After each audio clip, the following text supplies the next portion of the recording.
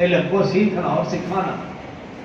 یہ رسول اللہ صلی اللہ علیہ وسلم کی بات. حضرت انس بن مالک رضی اللہ عنہ کی روایت ہے، فرماتے رسول اللہ صلی اللہ علیہ وسلم نے ارشاد فرمایا جس شخص کو یہ پسند ہو کہ وہ ایسے لوگوں کو دیکھے جس کو اللہ نے دوزخ سے آزاد کر رکھا ہے، وہ علم سیکھنے سکھانے والوں کو دیکھے. اور پھر فرمایا رسول اللہ صلی اللہ علیہ وسلم نے اس ذات کی قسم جس کے قبضہ میں محمد صلی اللہ علیہ وسلم کی جان ہے،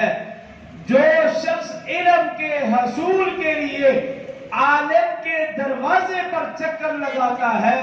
اللہ تعالی ہر حرف کے بدلے میں، ہر قدم کے بدلے میں ایک ایک سال کی عبادت کا ثواب لکھ دیتا ہے. اللہ تعالی ہر قدم اور ہر حرف کے بدلے میں جنت میں ایک شہر بنا دیتے ہیں، اور روئے زمین پر جتنی بھی مخلوق ہے وہ اس کے لیے استغفار کرتی ہے، اور فرشتے آپس میں باتیں کرتے ہیں اور کہتے ہیں کہ تم گواہ ہو جاؤ یہ وہ لوگ ہیں جن کو اللہ نے دوزخ سے آزاد کر رکھا ہے.